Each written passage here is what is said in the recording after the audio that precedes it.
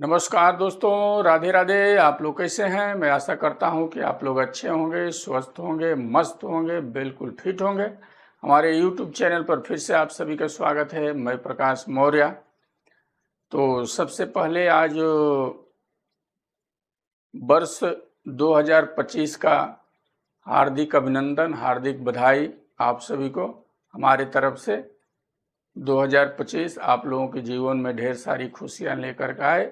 आप लोग इस साल में दिन दूनी रात चौगुनी तरक्की करें, यही प्रार्थना है मेरा प्रभु से, यही फरियाद है, यही विनती है कि आप लोग हर पल, हर वक्त, हर समय अपने मकसद में कामयाबी पाते रहें, शिखर की ऊंचाइयों तक पहुँचें।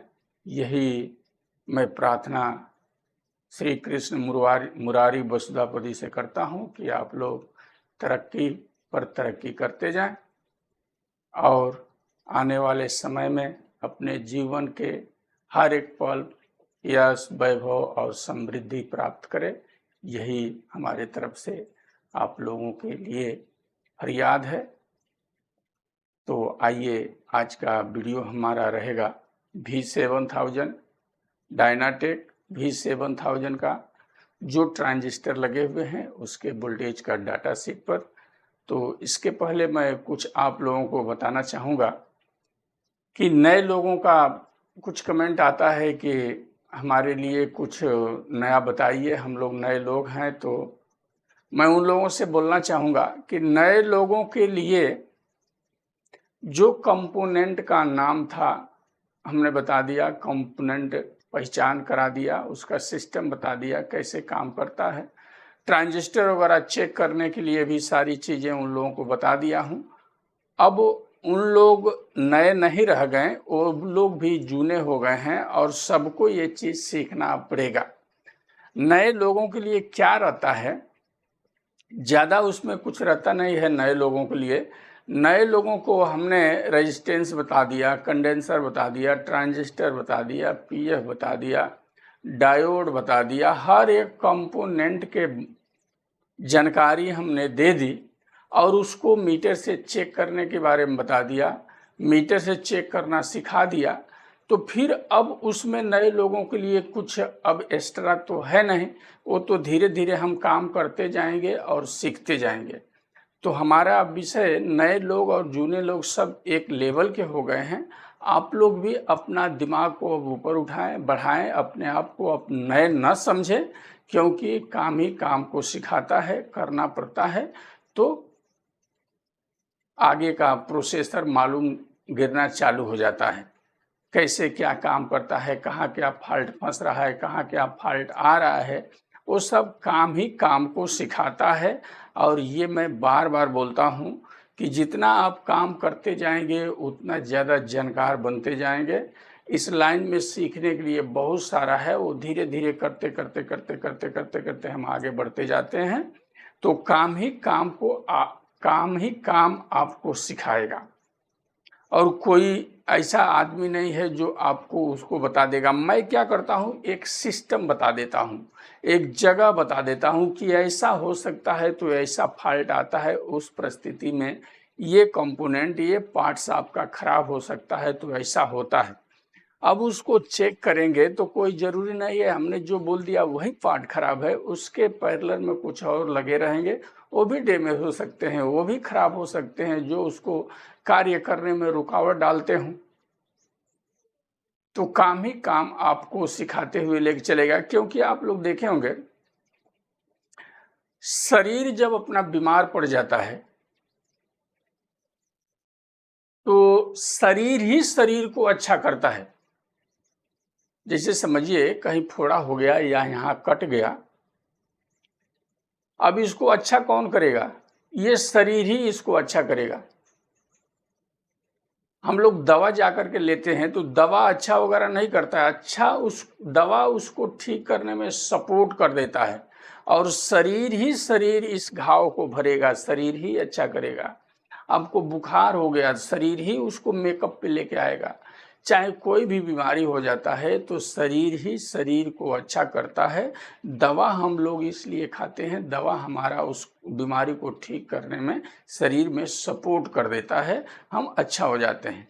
इसी तरह हमने जो आप सभी को थ्योरी बता दिया, सिस्टम बता रहा हूँ, उस सिस्टम पर आप चलेंगे और आप अटकेंगे तो मेरे से पूछेंगे तो मैं आपका हेल्प कर दूंगा, धक्का मार दूंगा तो आप वहाँ से पार हो जाएंगे। जैसे पानी बहता है तो आप लोग देखे हैं, पानी जब बहता है तो कोई तिनका फंस जाता है तो ऐसे ऐसे ऐसे ऐसे ऐसे ऐसे हिलता रहता है, लेकिन पानी के बहाव में वो तिनका निकल के जाता नहीं है, वैसे वहीं जगह पे हिल रहा है। और थोड़ा भी उसको आप छू देते हैं तो सन देना पानी के साथ में निकल जाता है। तो मैं आप लोगों के साथ में धक्का मारने वाला काम करता रहूँगा, आप लोग काम चालू कीजिए। अब मैं प्रभु से प्रार्थना करूँगा कि आप लोग कहीं फंसेंगे नहीं, अटकेंगे नहीं, भटकेंगे नहीं, करते रहेंगे। यदि कुछ फॉल्ट फंस गया तो आप पूछ सकते हैं, हम बताएंगे, उसको डालिए, चालू हो जाएगा। थोड़ा परेशानी आएगी, उस परेशानी से तो जूझना ही हम लोगों का काम है। संघर्ष ही जीवन है, लड़ना सीख लेना है। जो लड़ता है वो जीतता है, जो बैठ जाता है वो जीतता नहीं है। तो इसलिए आप लोग अभी नए नहीं रह गए हैं, आप हमारे लेवल में आ चुके हैं और आप बनाना चालू कीजिए। कुछ फॉल्ट फंसता है तो पूछिए, क्योंकि जो आपके सर्किट के अंदर जो पार्ट्स लगे हुए हैं उसके बारे में मैं बता रहा हूँ, लेकिन खोलना, कसना, फिट करना आपको कब आएगा? जब खोलेंगे, फिट करेंगे। कौन सा स्क्रू खोलेंगे तो किधर का निकलेगा, कौन सा स्क्रू खोलेंगे तो किधर का निकलेगा, कैसे फिट करेंगे, ये कब होगा? जब खोलते कसते में आप सभी को ये समझ में आ जाएगा। पहले थोड़ा दिक्कत आएगा, धीरे धीरे धीरे धीरे हाथ बैठता जाएगा और काम बढ़ता जाएगा। और कुछ लोगों का कहना ये है, जैसे हमारा कुछ वीडियो जाता है उस पर कमेंट आता है, मैं पढ़ता हूँ, तो एक सर ने लिखे हुए थे कि सर जी कुछ सेट में कलेक्टर, जैसे ट्रांजिस्टर का कलेक्टर इमिटर बेस होता है तो कलेक्टर सप्लाई रहता है और इमिटर आउटपुट रहता है, और बेस पर बेस वाइसिंग देते हैं तो ट्रांजिस्टर काम करना चालू कर देता है, तो हमारा सेट बजना चालू हो जाता है। तो वहाँ उस परिस्थिति में हमको सप्लाई चेक करना है तो कलेक्टर पर कर लिए, बेस वाइसिंग बेस पर चेक कर लिए तो मालूम गिर जाता है। बाकी कुछ सेट ऐसे हैं जिनका बेस और इमिटर सप्लाई रहता है और कलेक्टर आउट हो जाता है। तो बेस और इमिटर पर तो हमने सप्लाई चेक कर लिया, कलेक्टर आउट है तो बेस वाइसिंग कैसे चेक करूं, वहां हमको कैसे मालूम गिरेगा, ये कैसे? तो इसमें यह होता है, अब समझिए जहां कलेक्टर आउट है तो बेस वाइसिंग उसी में जब हम देते हैं तो छुपा रहता है सप्लाई के साथ में, जो आप सभी को मालूम नहीं गिरता है, वो दिखता नहीं है। लेकिन वो देखने के लिए कहीं और देखना पड़ता है। उस सिस्टम में और ट्रांजिस्टर लगे रहते हैं जो ड्राइवर में, वहाँ जाके चेक करेंगे तो वहाँ आपको मालूम गिर जाएगा। जब वहाँ वो बेस वाइसिंग वोल्टेज नहीं बनेगा और यहाँ सप्लाई बनता भी रहेगा तो आपका सेट नहीं बजेगा। उसी में वो आकर के मिक्स होता है, जुड़ जाता है, तो फिर सेट वहाँ ऑन हो जाता है। और सबका अलग अलग सर्किट बनाने का तरीका है, डिजाइन है। उनका डिजाइन है उस तरह से बनाए हैं, उनका डिजाइन है उस तरह से बनाए हैं, उनका डिजाइन है उस तरह से बनाए हैं। सबका अपना अपना थ्योरी है, अपने अपने सिस्टम पर लोग करा करके दे देते हैं, क्योंकि कोई भी एक पार्ट है वो कई तरह से काम करता है। ट्रांजिस्टर भी कई तरह से काम करता है, आईसी भी कई तरह से काम करती है। ऐसा नहीं है कि एक पार्ट है, जैसे कोई भी एक आईसी हम ले लें 5532 ही ले लें, उससे कई प्रकार का काम करा सकते हैं। जैसे 458 हो गया, उससे कई प्रकार का काम करा सकते हैं। तो उनका जो पिन रहता है, तो समझिए 4 नंबर पिन पर माइनस सप्लाई, 8 नंबर पिन पर प्लस सप्लाई, 3 नंबर पिन हम ग्राउंड कर दिए, ये फिक्स हो गया उनका कितना रहेगा। बाकी पिन पर कहाँ सिग्नल देना है, कहाँ से निकालना है, उसका आप लोग गूगल में डाटा शिप देखते हैं, उससे नहीं चलेगा। गूगल में डाटा शिप तो एक ही प्रकार का लिख कर दे दिया है, लेकिन उस पर कार्य कराने वाले कई तरह से कार्य कराते हैं। उसके पिन पर कुछ और दे देंगे, दूसरे पिन से निकाल लेंगे, उसके पिन से कुछ और देंगे तो उसके पिन से निकालेंगे। वैसा सर्किट का डिजाइन होता है, उसका घुमाव रहता है, उस पर जो कंपोनेंट लगते हैं उनका वैल्यू अलग अलग दिशा में रहती है, तो आईसी अलग अलग दिशा में काम करना चालू कर देती है। जैसे आप लोगों को मैं बताना चाहूँ, जैसे चावल ही है, चावल को हम लोग चावल भी बना लेते हैं, खीर भी बना लेते हैं, उसको पीस करके रोटी भी बनाते हैं, चपाती बनाते हैं। गेहूं के बाद पकड़ ले, गेहूं से केवल चपाती नहीं बनता है, रोटी नहीं बनता है, उससे कई तरह का आइटम बना लेते हैं। उससे सूजी बनाते हैं, हलवा बनाते हैं, पूड़ी बनाते हैं, परोठा बनाते हैं। है तो गेहूं ही, लेकिन बनाने का जब तरीका हट जाता है तो दूसरा रूप धारण कर लेता है। इसी तरह कंपोनेंट है, जैसे हम काम कराना उसको चालू करेंगे, उस दिशा में वो काम करना चालू कर देगा। जैसे उसके पिन पर हम कंपोनेंट भर रहे हैं, उसके अंदर बहुत सारा फंक्शन रहता है, किस दिशा में काम कराना है, कितना क्या कहाँ खुराक देना है, तो कैसे उत्पत्ति उसका होगा, उस तरह जो इसके जानकार हैं कार्य कराते हैं और उस तरह कार्य होने लगता है। हम लोगों को बस इतना ध्यान देना है कि फॉल्ट कैसे निकल जाए। जब फॉल्ट पड़ा है तो उसको कैसे हम पहचान पाएंगे क्या खराब है, किधर जाए तो फॉल्ट मिले। जब ये चीज हम लोगों को मालूम गिर जाता है तो फॉल्ट आसानी से वहां से हम पकड़ लेते हैं और निकाल लेते हैं। तो फॉल्ट कैसे पकड़ में आए, फॉल्ट कैसे समझ में आए, कैसे पकड़ें, ये सब चीज हम लोग जब सीख लेते हैं तो उसको बनाना आसान हो जाता है। क्योंकि उसका जो बनाने का अलग अलग लोगों का तरीका है, वो तो अपने मेथड से बनाए हैं। वहाँ वैज्ञानिक लगे हुए हैं, इंजीनियर लगे हुए हैं, जो कार्य कर रहे हैं वो बना करके देते हैं। हम लोग तो रिपेयर उसको कर रहे हैं, तो रिपेयरिंग के बारे में ही उसको समझना है और सोचना है और कर ले जाना है। ठीक है, तो आइए हम लोग डायनाटेक V7000 के बारे में वोल्टेज डाटा शिप जान लेते हैं। और डायनाटेक V7000 में चाहे 5000 हो या 4000 हो, उसका देखा जाए तो ट्रांजिस्टर ज़्यादा उसमें है नहीं, थोड़ा ट्रांजिस्टर है, वो भी SMD हैं। उसमें से कुछ NPN है, कुछ PNP है। उनके बारे में हम जान जाते हैं किसका कहाँ कितना वोल्टेज है, तो उसको बनाना बहुत आसान हो जाता है।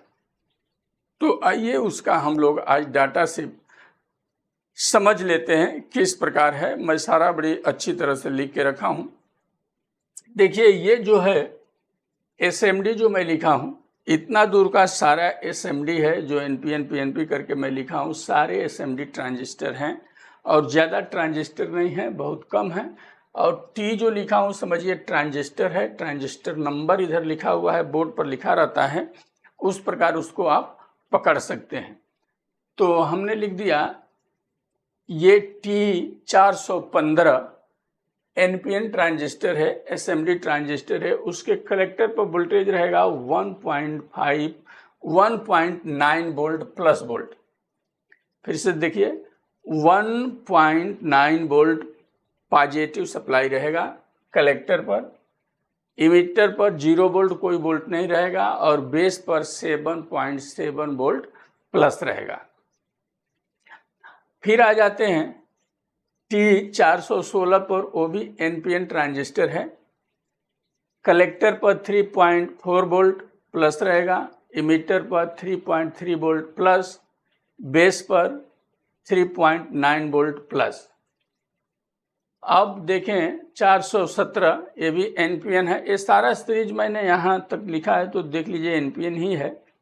अब ये 417 के कलेक्टर पर 0.63 वोल्ट पॉजिटिव रहेगा, इमिटर पर 0.63 वोल्ट प्लस और बेस पर 1.3 वोल्ट प्लस रहेगा।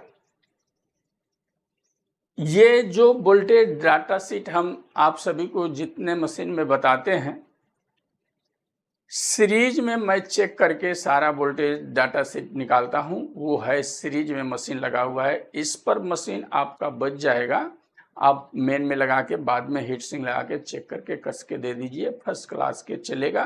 तो ये सीरीज में लगाया का ये डाटा शीट है। और हमारे पास बहुत लोगों का कमेंट भी आया था कि डायनाटेक V7000 का ट्रांजिस्टर का वोल्टेज डाटा शीट बता दीजिए, तो वही मैं आप लोगों के सामने रखा हूं। अब देखिए T419 कलेक्टर का वोल्टेज है 0.12 वोल्ट, इमिटर का 0 वोल्ट, बेस का 0.71 वोल्ट प्लस। अब आ जाते हैं T412 कलेक्टर का 136 वोल्ट माइनस, इमिटर का 143 वोल्ट माइनस और बेस का 146 वोल्ट माइनस। अब हम आ गए 413, तो समझ लिए 413 एक बार बोल दूं। कलेक्टर पर 143 वोल्ट माइनस, इमिटर पर 142 वोल्ट माइनस, बेस पर 142 वोल्ट माइनस। 409। अभी देखिए ये ट्रांजिस्टर जो है T413 PNP है, ध्यान रखना है। देखिए PNP मैं इधर लिख के रखा हूं। 409 कलेक्टर का 70 वोल्ट प्लस है, इमिटर पर 55 वोल्ट प्लस है और बेस पर 55 वोल्ट प्लस। अब हम आ गए 410 ट्रांजिस्टर नंबर PNP ट्रांजिस्टर है, कलेक्टर पर 55 वोल्ट प्लस, इमिटर पर 55 वोल्ट प्लस और बेस पर भी 55 वोल्ट प्लस है। ये SMD ट्रांजिस्टर का डाटा सेट। अब दो ट्रांजिस्टर आपका ड्राइवर में लगता है 5032 और 15032 और 15033 जो ड्राइवर में लगता है। ड्राइवर में देखे होंगे आप लोग, छोटा छोटा हीट सिंक पर अंदर कसा रहता है, उसका समझ लीजिए उसका नंबर है T401 जो है उसका 70 वोल्ट प्लस रहेगा कलेक्टर पर, इमिटर पर कोई सप्लाई नहीं रहेगा और बेस पर 0.66 वोल्ट प्लस रहेगा। उसी के पास जो एक और ट्रांजिस्टर लगा हुआ है T402 जिसका कलेक्टर पर 70 वोल्ट माइनस, इमिटर पर 0 वोल्ट और बेस पर 0.66 वोल्ट प्लस। अब देखिए उस मशीन में अभी जो हम बात कर रहे थे तो उसको समझ लेते हैं। बेस और इमिटर सप्लाई है और कलेक्टर आउट है V7000 डायनाटेक V7000 का, आप लोगों को पता है। बेस और कलेक्टर पर सप्लाई आ जाता है, एक तरफ प्लस और एक तरफ माइनस, कलेक्टर आउट हो जाता है। अब उसमें आपको बेस वाइसिंग चेक करना है, तो कैसे चेक करेंगे? इसी ट्रांजिस्टर पर आप चेक कर सकते हैं। देखिए 15032 और 15033 पर देखिए बेस का देख रहे हैं 0.66 वोल्ट एक साइड में प्लस है, 0.66 वोल्ट माइनस है। अब यही वोल्टेज हमारे उसके बेस पर पहुंचता है, लेकिन इतना नहीं पहुंचेगा, कम होकर के वहां चला जाता है।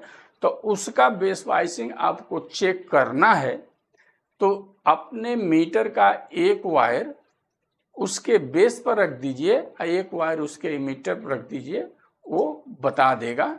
तो आप समझ जाइए कि ये क्लियर है।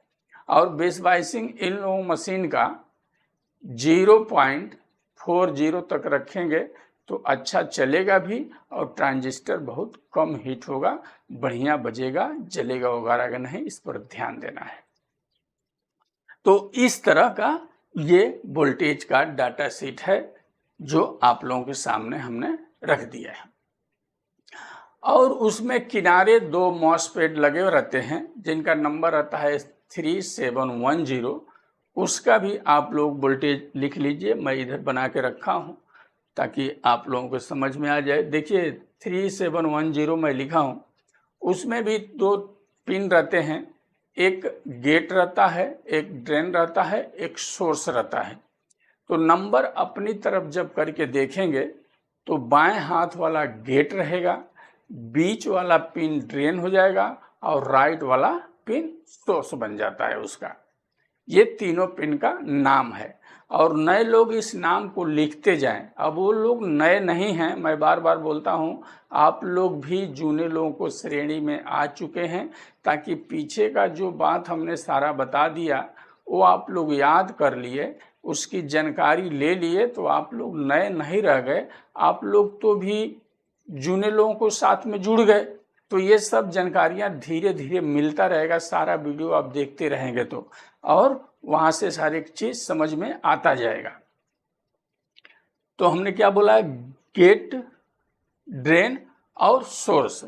तो जिधर प्लस सप्लाई रहता है, मशीन में जब हम सप्लाई देते हैं तो एक तरफ माइनस और एक तरफ प्लस रहता है, लेकिन मॉसफेट तो दोनों एक ही नंबर के लगे हुए हैं। किसी किसी सेट में N चैनल और P चैनल के मॉसफेट लगते हैं, लेकिन तो इसमें तो एक ही चैनल, एक ही नंबर के हैं, तो इस पर ध्यान देना है, पहले थोड़ा जोड़ देना है। अब प्लस साइड है तो गेट पर कितना सप्लाई रहेगा, 70 यानी 70 volt, plus 70 volt, 70 volt, point नहीं लगा है। तो गेट पर कितना है, 70 वोल्ट, ड्रेन पर कितना है, 144 वोल्ट, और सोर्स पर कितना है, तो 70 वोल्ट। ये दोनों तरफ का प्लस वाले की बात बता रहा हूं, जिधर पॉजिटिव सप्लाई हमारा आ रहा है। फिर से सुनिए, गेट पर 70 वोल्ट, ड्रेन पर 144 वोल्ट और सोर्स पर 70 वोल्ट। वही हम अब दूसरे साइड में चले जाएंगे, माइनस वाले पर।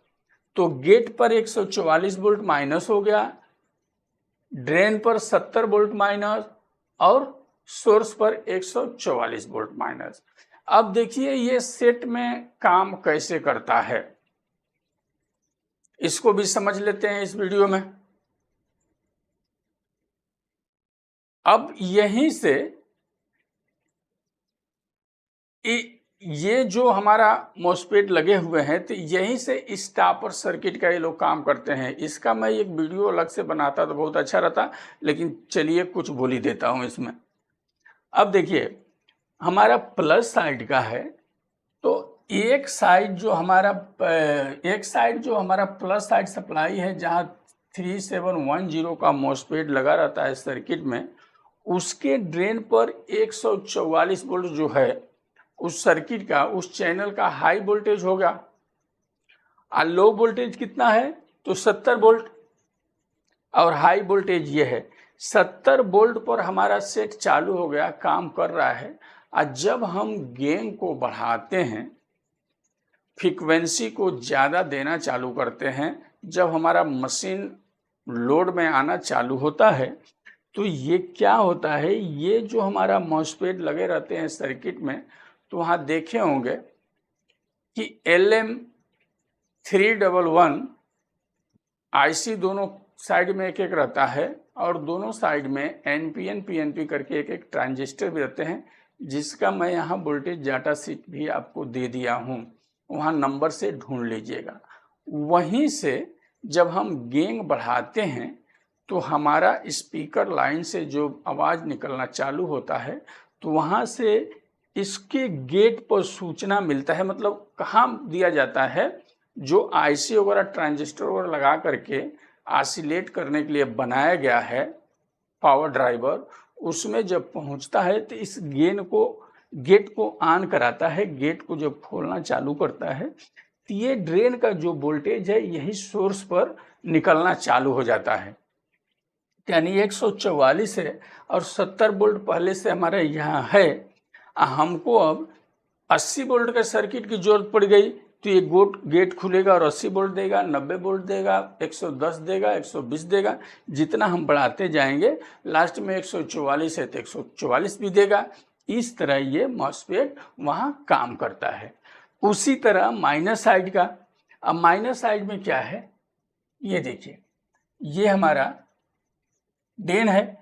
ड्रेन पर कितना है 70 वोल्ट माइनस, यही निकल करके हमारे ट्रांजिस्टर पर गया हुआ है सर्किट की बनावट के हिसाब से, वहाँ चला गया है सोर्स और गेट पर 144 वोल्ट है। तो जब अब ये स्विच करता है, ये जब गेट ऑन होता है तो यहाँ से वोल्टेज दोनों साइड से इसके ड्रेन से निकल करके ट्रांजिस्टर पर जाना चालू हो जाता है।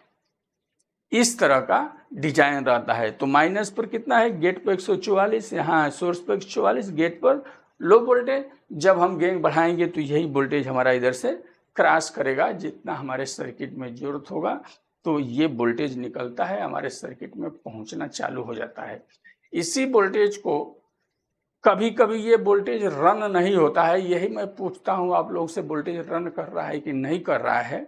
तो आप लोग स्पीकर मशीन में मत लगाइए।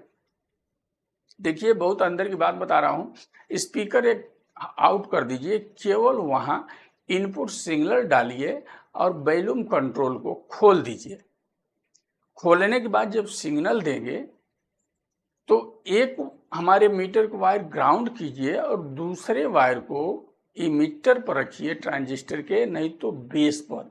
अब इमीटर चाहे बेस किसी पर रख दिए, एक ग्राउंड किए हैं तो सप्लाई क्या हो गया, जो मेरा ये 70 वोल्ट के ऑलरेडी है, और जब इधर से वॉल्यूम बढ़ाएंगे तो वोल्टेज 80 होगा, कभी 90 होगा, कभी 70 होगा, इस तरह ऊपर नीचे होगा, दो वोल्टेज आगे पीछे मीटर का आपका नंबर बदली होगा।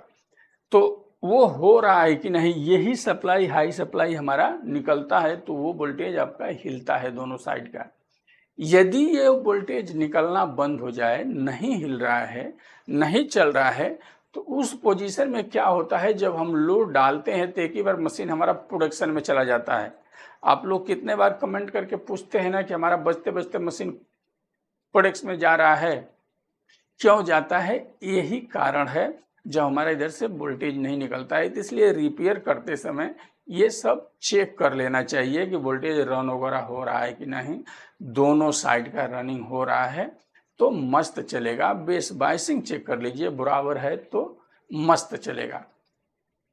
कभी कभी होता क्या है, आप लोगों का सेट जल के आ जाता है, तो जो हमारा लो वोल्ट है, जो ट्रांजिस्टर पर 70 वोल्ट जो हमने लिखे हैं जा रहा है, वही वोल्टेज आपका कभी कभी 100 वोल्ट हो जाता है या 150 वोल्ट हो जाता है, 120 वोल्ट हो जाता है।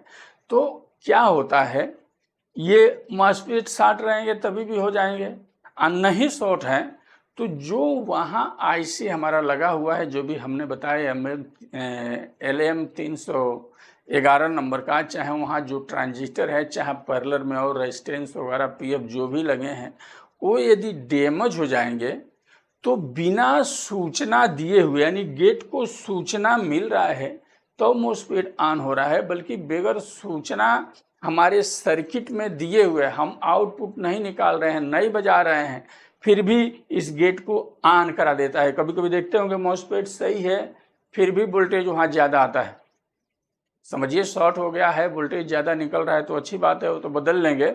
कभी कभी नया डाल देते हैं, सही है फिर भी वोल्टेज घटता नहीं है, हाई वोल्टेज हो जाता है, तो वही सर्किट में जो अपना आईसी वगैरह लगे रहते हैं वहीं से डैमेज हो जाता है, तो इसको ऑन करा के यही वोल्टेज निकाल कर उधर दे देता है। उस परिस्थिति में भी आपका मशीन नहीं चलेगा। यदि रिपेयर करते समय चालू भी हो गया, लेकिन जैसे वो मशीन लोड पर जाएगा या आप ही अपने सर्विस सेंटर में ही थोड़ा सा लोड डाल के बजा देंगे तो मशीन उड़ जाएगा। इस पर भी ध्यान रखना है।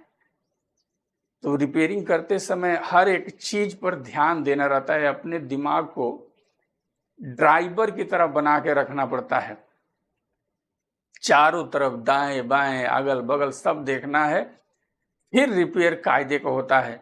एक ड्राइवर का दिमाग कैसा रहता है, आप लोगों को बताऊं, ड्राइवर का दिमाग एक समय में चारों तरफ रहता है, स्टीयरिंग पे भी रहता है, लेफ्ट राइट इंडिकेटर भी रहता है, क्लच पर रहता है, ब्रेक पर रहता है, पीछे भी देखने के लिए कांच जो लगा रहता है उस पे भी रहता है।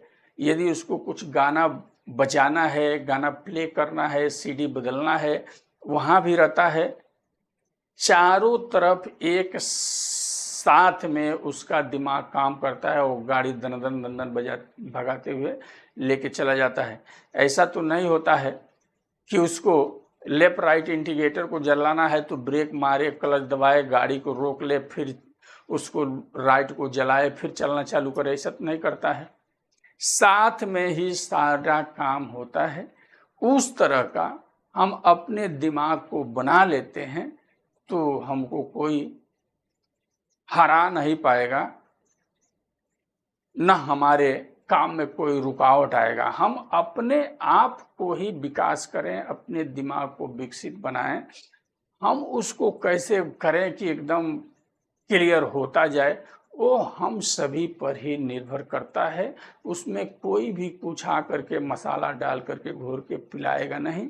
सब लोग ही सिस्टम ही बताते हैं, चाहे जहाँ भी किसी भी स्कूल में आप पढ़ रहे हैं, पढ़ने वाले ही कैसे पढ़कर कहाँ तक जा रहे हैं, उसी में कुछ बच्चे पढ़ करके नंबर 1 पर निकल जाते हैं, कुछ बच्चे वहीं रह जाते हैं। तो सारा चीज़ अपने ऊपर निर्भर करता है, इस चीज को ध्यान में रखना है। तो जब हम रिपेयरिंग कर रहे हैं तो यही मैं बता रहा था कि हर एक चीज पर ध्यान रखना है, उससे घबराना नहीं है। अब समझिए हाई वोल्टेज आ गया तो उसको फॉल्ट को निकाल करके लूप पहले कर लेना है। जब सब सेट हो गया, बढ़िया काम कर रहा है, तो एक बार फर्स्ट क्लास के बजा के देख लेना है कि वोल्टेज रन वगैरह हो रहा है, बेस बाइसिंग वगैरह चेक कर लेना है। फिर इसको कायदे से फिट करते समय भी ध्यान देना है, हीट सिंक जो है उसको साफ कर दीजिए एक बार, क्योंकि ट्रांजिस्टर का जान कौन सा है। बहुत लोग बोलते हैं कि मशीन बना के देता हूं अब बार बार जल के आ जाता है, उसमें बहुत रीजन होता है, उसको भी चलिए आज क्लियर कर लेता हूं। एक तो पहला रीजन ये होता है कि मार्केट में जो ट्रांजिस्टर मिल रहे हैं वो डुप्लीकेट मिल रहे हैं, उसको ओरिजिनल मंगा करके डालिए। दूसरा नंबर, कभी कभी देखे हुए कि हम लोग बहुत गलती करते हैं, ट्रांजिस्टर यदि 4 जला है, कोई सेट जल के आ गया तो चारों ही बदलते हैं, 4 जो लगा रहता है उसी को छोड़ देते हैं। अब समझिए ये 4 जला है तो 4 वो भी तो कमजोर होकर के आया होगा, और जो 4 हम डाल रहे हैं उसके लेवल का तो नहीं डाल रहे हैं। एक लाट का डालना चाहिए कि एक बराबर सबका सेम रहेगा, तो वो भी कभी कभी हम लोग मिस्टेक कर देते हैं, तो उसके कारण भी जलता है। और सबसे ज़्यादा कारण यह है, उसको आज ध्यान में रख लेना है, क्योंकि चलिए वहाँ हम जितना जला है उतना बदल के देते हैं तो चलेगा, क्योंकि सारा बदली करने जाएंगे तो कस्टमर उतना पैसा भी नहीं देता है और अपने जेब से तो कोई डाल के देगा ही नहीं, तो उसकी बात तो थोड़ा जगह के लिए हटा देते हैं। अपने से जो होने वाला है उसको अच्छा करना है। हीट सिंक जब पेस्ट जो लगा रहता है वो उबड़ खाबड़ हो जाता है, देखे होंगे आप लोग। तो जब हम दूसरा ट्रांजिस्टर हीट सिंक लगा कसते हैं तो बराबर हीट सिंक पर चिपक के नहीं बैठता है, थोड़ा ऊपर नीचे रहता है, तो वो लीकेज रहेगा तो ट्रांजिस्टर उड़ जाता है। हीट सिंक को पहले कायदे से साफ कर दीजिए, एक ब्लेड लेकर के पूरा खरोच करके उसका जितना वो है हटा दीजिए। हटाने के बाद एक लेबल में कर लीजिए, करने के बाद लगता है उसको धो डालिए एक बार, फिर नया हीट सिंक पेस्ट लगाइए, पेस्ट लगा करके चौचक ट्रांजिस्टर को टाइट कीजिए कायदे से एकदम शांति से, फिर दीजिए, वो सेट चलेगा। क्योंकि सेट जो भी बन के आ रहे हैं बहुत ही बेहतरीन बनाया हुआ है, कंपनी बहुत सिस्टम लगा कर दिया है कि जले नहीं। लेकिन क्या है, बजाने वाले बहुत लापरवाही कर देते हैं, जब सोप लगा देते हैं तो हाँ और बढ़ाओ और बढ़ाओ और बढ़ाओ, स्लाइडर उठाते हुए जाते हैं, उसी सिस्टम में मशीन अपना जल करके राख हो जाता है। तो बजाने वालों को भी सावधानी बरतना है और बनाने वाले अपना थोड़ा दिल से उसको अच्छी तरह से करके दें, वो टिकाऊ होता है और चलता है। तो मैं आशा करता हूँ कि ये वीडियो में आप लोगों को सारी बात समझ में आया होगा। इस वीडियो में इतना ही, फिर अगले वीडियो में कुछ और लेकर के हम लोग मिलेंगे। तब तक के लिए नमस्कार, धन्यवाद, राधे राधे।